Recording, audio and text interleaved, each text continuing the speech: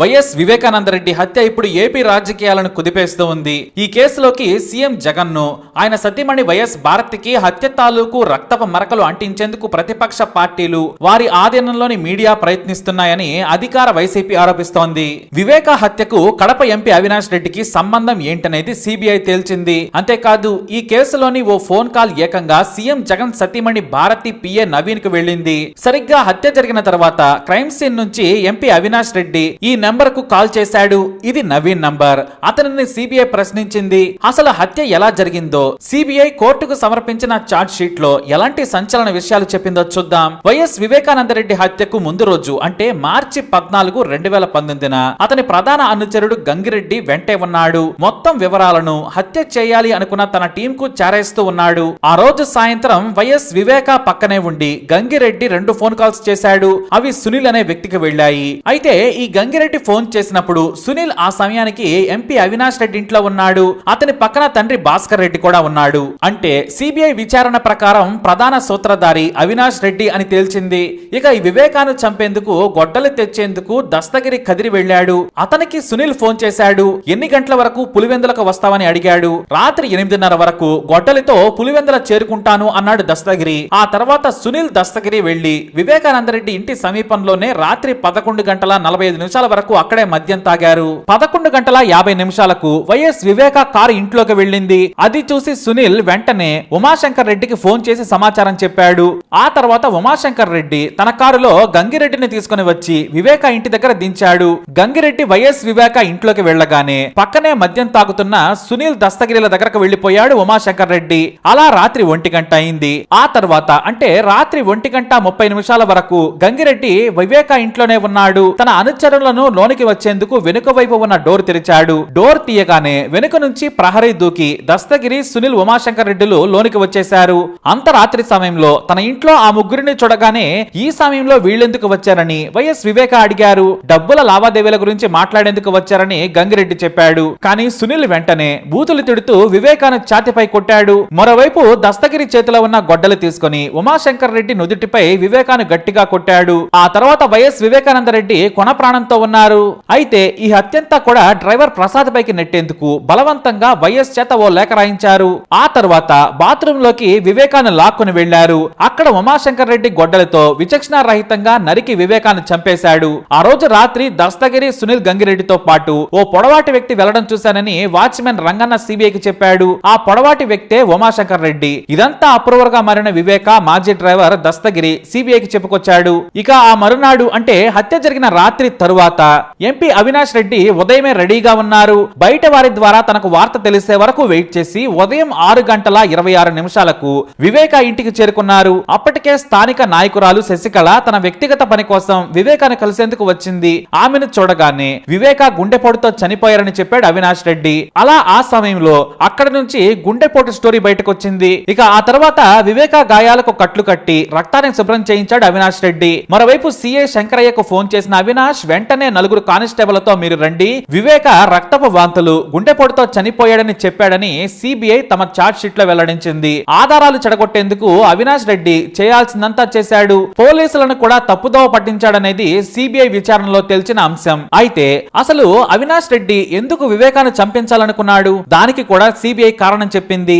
అవినాష్ రెడ్డికి అతని తండ్రి భాస్కర్ రెడ్డికి రాజకీయంగా ఎదిగేందుకు వివేక అడ్డుగా ఉన్నాడు. 2017లో జరిగిన ఎమ్మెల్సీ ఎన్నికల్లో వైసీపీ తరపున వివేక పోటీ చేశారు. ఆ సీటు కోసం దేవిరెడ్డి శంకర్ రెడ్డి పోటీ పడ్డాడు. ఇతను అవినాష్ రెడ్డి, భాస్కర్ రెడ్డికి ప్రధాన అనుచరుడు. అతనికి ఇప్పించేందుకు సాయశక్తులా కృషి చేసిన వివేక మాటే చెల్లుబాటయింది. అలా శంకర్ రెడ్డికి ఎమ్మెల్సీ సీటు రాలేదు. కానీ వైసీపీ అధినేత జగన్ మొత్తం పులివెందుల ప్రచారం ఈ శంకర్ రెడ్డికి అప్పగించారు. అంటే వివేకాను గెలిపించే బాధ్యత కూడా వారి మీద పడింది. దీనిని అవినాష్ రెడ్డి, భాస్కర్ రెడ్డి, శంకర్ రెడ్డిలు జీర్ణించుకోలేకపోయారు. వివేక మీద పగ పెంచుకున్నారు. కానీ జగన్ కు భయపడి ఆయన చెప్పినట్లే చేస్తామన్నారు. కాకపోతే పక్కనే ఉండి చాలా వ్యూహాత్మకంగా వివేక ఓడిపోయేలా చేశారు. ఆ టైంలోనే వివేక వారందరినీ కూడా బూతులు తిట్టారు. ఇక ఆ తర్వాత సార్వత్రిక ఎన్నికలకు సమయం దగ్గర పడుతోంది. అన్ని సీట్లకు జగన్ అభ్యర్థులను ప్రకటిస్తూ ఉన్నారు. కానీ కడప విషయానికి వచ్చేసరికి తనకు కావాలని అవినాష్ రెడ్డి కోరాడు. అతని తండ్రి కూడా ఆ సీటును తన కొడుకుకి ఇవ్వాలని జగన్ ను కోరాడు భాస్కర్ రెడ్డి.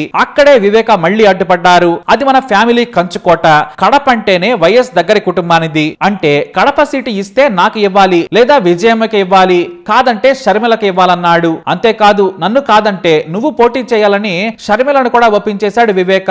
ఇటు షర్మిల కూడా సరేనంది. ఇక అవినాష్ రెడ్డికి జమ్మలమడుగు సీటు ఇవ్వాలని వివేక పట్టుబట్టాడు. కానీ జమ్మలమడుగుకు వెళ్లడం అవినాష్ కు ఇష్టం లేదు. దీంతో తన రాజకీయ ఎదుగుదలకు అడ్డుగా ఉన్నాడని అవినాష్ రెడ్డి పగ పెంచుకున్నాడు. అతని తండ్రి కూడా వివేక మీద కోపంతో రగిలిపోయాడు. వివేకాన్ని చంపితే ఇక కడపలో అడ్డే ఉండదని స్కెచ్ వేసి ఏకంగా అతని అనుచరులతోనే హత్యకు ప్లాన్ చేశారు అనేది సిబిఐ తేల్చిన కుట్ర కోణం. మరి సిబిఐ అసలు నిందితులను ఎలా గుర్తించింది, సెకన్లతో సహా నిందితుల లొకేషన్లను ఎలా పసిగట్టిందనేది ఇప్పుడు హాట్ టాపిక్. అందుకోసం గూగుల్ టేక్అవుట్ ను ఉపయోగించింది. గూగుల్ టేక్అవుట్ అనేది రీట్రీవల్ డేటా టూల్. ఇది మన ఫోన్ లో 51 రకాల డేటాను స్టోర్ చేస్తూ ఉంటుంది. మెయిల్ నుంచి క్యాలెండర్ వరకు, ఫోటోల నుంచి యూట్యూబ్ వరకు స్టోర్ చేస్తూ ఉంటుంది. సెర్చ్ డేటా కూడా ఇందులో ఉంటుంది.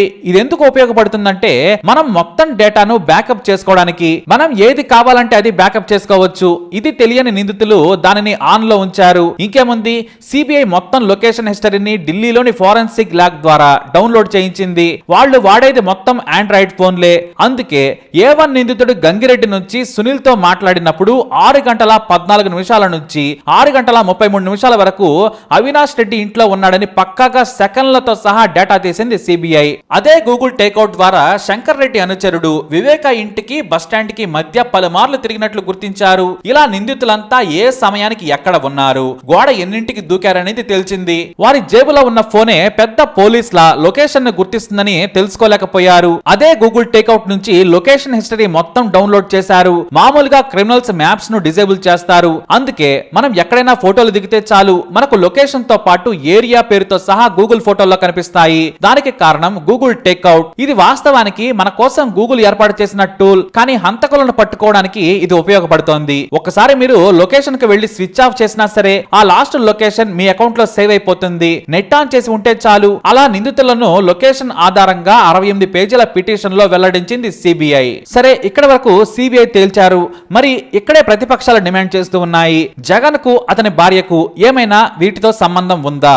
ఈ కేసులోకి వైఎస్ జగన్ ను ఆయన సతీమణిని లాగేందుకు ప్రతిపక్షాలు ప్రయత్నిస్తున్నాయని వైసీపీ అంటోంది. టీడీపీ మాత్రం మేం కాదు సిబిఐనే తేల్చిందని జగన్ మీద దాడి చేస్తోంది. ఎందుకంటే గూగుల్ లొకేషన్ ద్వారా హత్య జరిగిన రోజు ఉదయం 6 గంటల 25 నిమిషాలకు అవినాష్ రెడ్డి క్రైమ్ సీన్ దగ్గర ఉన్నాడు. అక్కడి నుంచే YS Bharathi PA Naveen number కు ఫోన్ చేశాడు. భారతితో మాట్లాడాలంటే నవీన్ కే ఫోన్ చేయాలి. మరి ఆ రోజు హత్య జరగగానే క్రైమ్ సీన్ నుంచి ఎందుకు భారతి పిఏకి ఫోన్ వెళ్ళిందనేది ప్రతిపక్షాల ఆరోపణ.